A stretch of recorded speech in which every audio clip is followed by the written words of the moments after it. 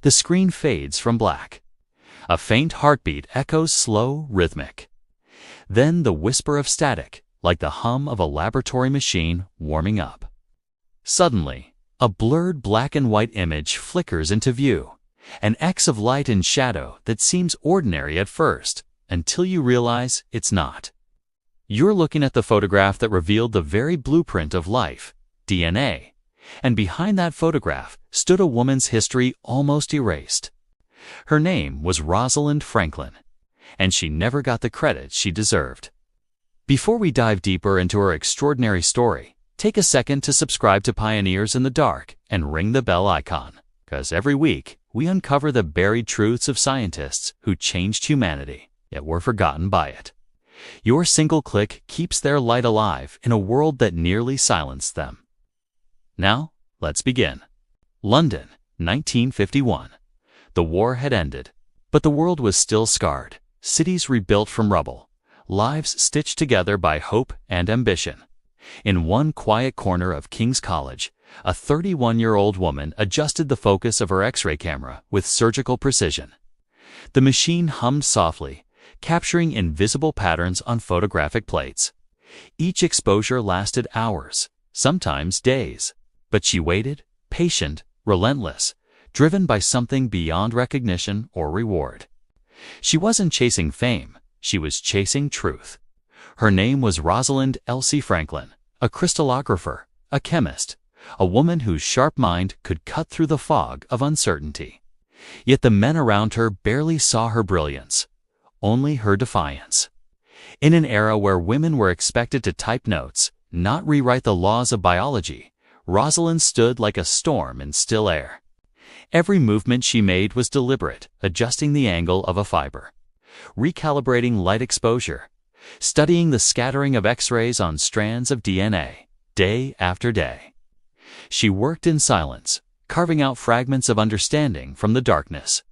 And one night, as the last photograph developed in her lab's dim red light, something extraordinary appeared, a pattern so perfect, so symmetrical, it took her breath away.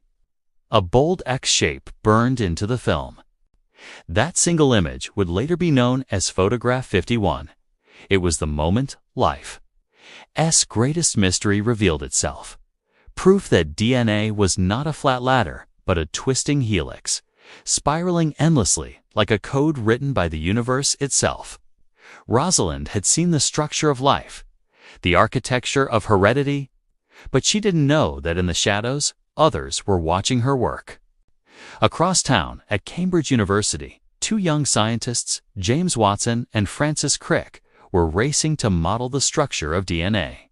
They had ideas, energy, and ambition, but not evidence. And evidence was something Rosalind Franklin had in her possession.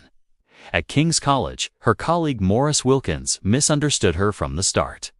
He thought she was his assistant, not his equal. The tension between them brewed quietly, infecting the lab's air.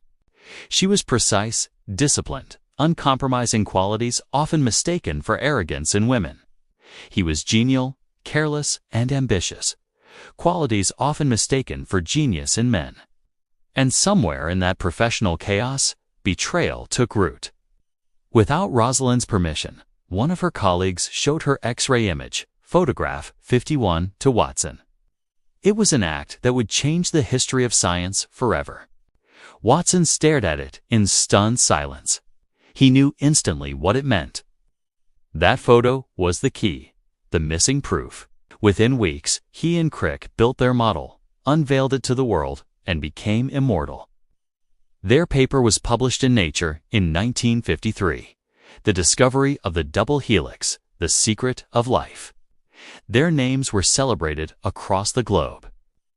Newspapers hailed them as visionaries who had unlocked biology's greatest mystery. But there was one name missing: Rosalind Franklin. She wasn't invited to the announcement. She wasn't mentioned in the credits. She wasn't even aware that her data had been shared behind her back. When she found out, she didn't lash out or demand justice. Instead, she packed up her notes and quietly left King's College to start new research. Because, for Rosalind, science was never about applause. It was about truth. But truth, as she'd soon learn, doesn't always protect the honest.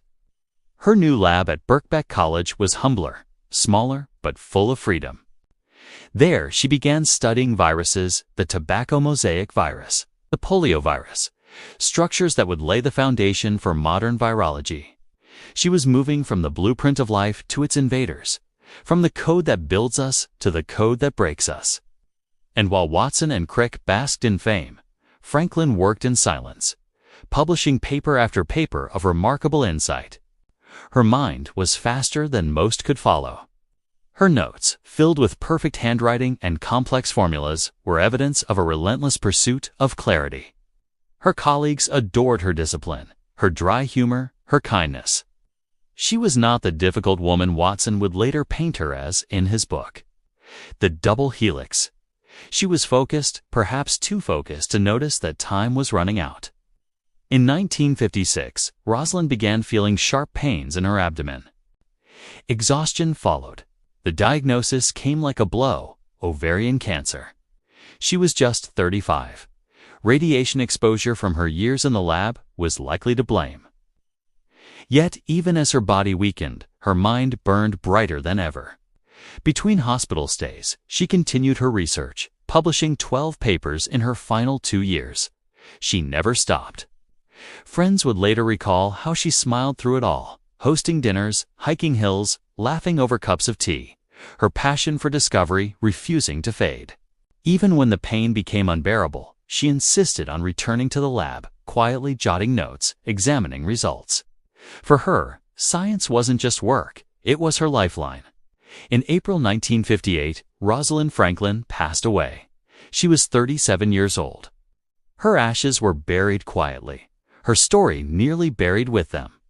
4 years later, Watson, Crick, and Wilkins received the Nobel Prize in Physiology or Medicine for the discovery of DNA's structure.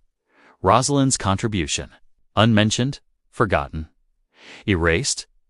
But time has a way of rewriting injustice. In the decades that followed, the truth began to surface: letters, testimonies, recollections. The scientific community began to recognize that without Franklin's work, without Photograph 51, there would have been no model, no discovery, no celebration. Her data had not only guided Watson and Crick, it had confirmed everything they were merely guessing at. And then came a shift, a reckoning. Women scientists around the world began speaking her name as a symbol of silent brilliance, of integrity in the face of arrogance, of patience in the shadow of theft. Rosalind Franklin became more than a forgotten scientist. She became an icon. The story of how she was erased became as powerful as the discovery itself. Today, every biology textbook that shows the double helix carries traces of her invisible signature. Every student who learns how DNA coils and replicates owes a silent debt to the woman who captured it first, the woman who saw the hidden architecture of life. But beyond the science, there's something far greater in her story. A lesson: Rosalind Franklin never got the credit she deserved in her lifetime. But she never compromised her values, never stopped seeking truth, never sought revenge. She believed that discovery was its own reward, and that, perhaps, is her ultimate triumph. Her life wasn't tragic because she was forgotten. It was powerful because she endured. Because even in the dark, she never stopped chasing light. The lab lights flickered against the metal surfaces, reflecting faint halos of gold across half-empty glass beakers. It was early April 1958, the day London felt strangely cold, not because of the weather, but because something brilliant had just gone dark. Rosalind Franklin was gone. But her notebooks remained perfectly ordered, each filled with numbers and drawings that told the story of a mind that never stopped questioning. Her colleagues at Birkbeck College stood silently in her office that morning. There were no grand speeches, no ceremonies, just quiet awe. On her desk sat her last paper, half-finished, meticulously detailed on the structure of the tobacco mosaic virus. The ink was still fresh. That final piece of work would later guide entire fields of molecular biology, yet few would ever know whose steady hand had written it. When the news reached Watson and Crick, the world barely paused. Watson was already writing his book, The Double Helix, his recollection of how the structure of DNA had been discovered. But in his version, Rosalind was no hero. He called her Rosie, described her as difficult, and reduced her genius to a character flaw. It was not a memoir. It was an erasure wrapped in narrative charm. But history has a strange sense of justice, slow, quiet, inevitable. Years later, as Watson's book spread across the academic world, something unexpected happened. People began to question it. Scientists, readers, women, men, they saw through the condescension. They began asking, who was Rosalind Franklin? What had she really done? What had been taken from her? And slowly, truth began to fight its way to the surface. Her notebooks preserved by her family revealed the magnitude of her work. Her X-ray images were re-examined and recognized for what they were: the heart of the DNA discovery. Her letters showed a woman who was not bitter, but fiercely independent, quietly compassionate, deeply human. She had written to friends about hiking in the Alps, about music and politics, about her dreams for science. Beneath the steel of her intellect was warmth, a subtle humor and kindness that those who truly knew her remembered forever.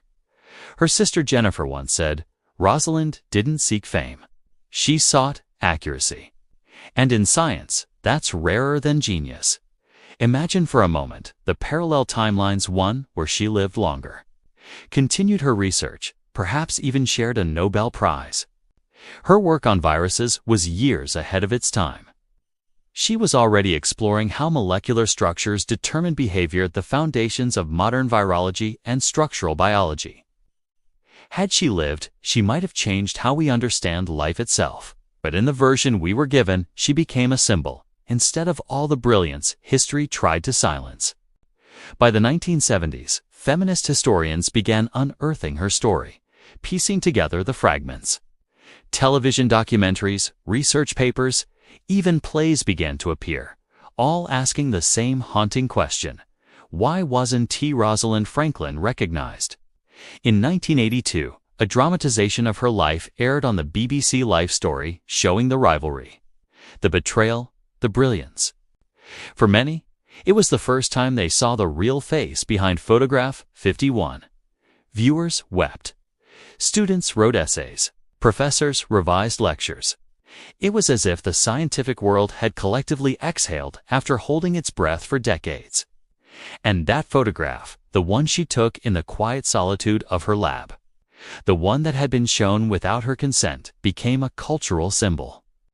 Artists reimagined it, scientists used it as a teaching tool, and activists held it up as proof that truth can't stay buried forever. Still, even as her legacy began to glow brighter, the shadows lingered. The Nobel Committee's rules forbade posthumous awards, so Rosalind's name could never appear beside Watson, Crick, and Wilkins.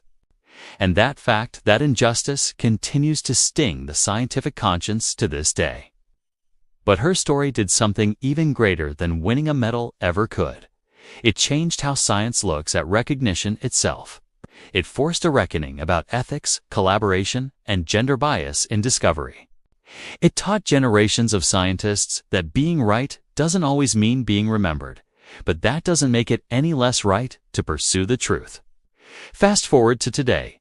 The image of the DNA double helix spins in classrooms, movies, and documentaries, a universal symbol of life. But hidden within that spiral of perfection is the fingerprint of a woman who never stopped searching. Her story lives in the way we talk about fairness, in the way young scientists look at their data and whisper to themselves, "Be as precise as Rosalind." And maybe that's the immortality she earned, not through statues or awards, but through influence so deep it's invisible, like DNA itself. When modern researchers speak of Rosalind Franklin now, they speak with reverence. Her notebooks are displayed in archives, her lab notes are studied for insight, and buildings and institutes bear her name. But the irony remains: the recognition she never lived to see is now what defines her. And yet, there's something haunting about that. Because every time we celebrate her, we're reminded of how easily truth can be stolen, how quickly a mind can be dismissed when it doesn't fit the mold. Her life is a mirror, showing us how fragile legacy really is. Imagine her ghost walking through the halls of King's College today, past the plaques, the labs, the portraits of men who once overlooked her. Would she smile? Would she forgive? Or would she simply adjust her glasses, glance at the equipment, and get back to work, because she never did any of this for applause? That's the essence of Rosalind Franklin. Discipline without vanity, brilliance without ego, devotion without reward. The world tried to dim her light, but instead, it only made her glow clearer, sharper, unbreakable. And that's what Pioneers in the Dark is all about. Not just telling stories, but restoring balance to the scales of truth. Because for every name etched in gold, there's another written in invisible ink. We're here to rewrite those names in light.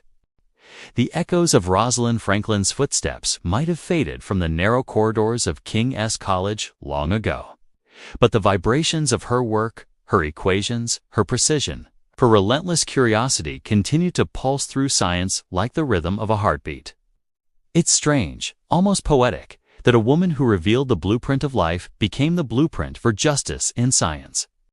The double helix, twisting endlessly like two eternal strands, carries her fingerprint not only in its discovery, but in its meaning, balance, connection, duality, the visible and the unseen, recognition and neglect, genius and oblivion. After her death, something extraordinary began to unfold quietly, like the blooming of a seed long buried in the dark. The young women who came after her, molecular biologists, astronomers, physicists, began to speak her name in reverence, not as a symbol of pity, but of pride. Rosalind Franklin became a rallying cry for every scientist who'd ever been overlooked, every researcher whose discovery was buried under someone else's fame. In the 1980s and 1990s, science finally began to rewrite its own narrative. Universities named laboratories after her. NASA named the Rosalind Franklin rover, a Mars exploration vehicle designed to search for the molecular traces of life on another planet. Think about that. The woman who once worked in a small basement lab, her brilliance questioned and her ideas dismissed, now had a machine carrying her name across the surface of another world. There's a symmetry in that, a poetic justice the universe itself seemed to conspire to deliver. And yet, her spirit was never just about recognition. It was about method, about discipline, about chasing truth, even when no one is watching. Her colleagues remembered how she spoke softly but worked fiercely, demanding nothing less than absolute accuracy. Her photographs, her data, they weren't guesses or luck. They were the product of endless patience, late nights, and a belief that every structure in the universe could be revealed if you looked long enough and carefully enough.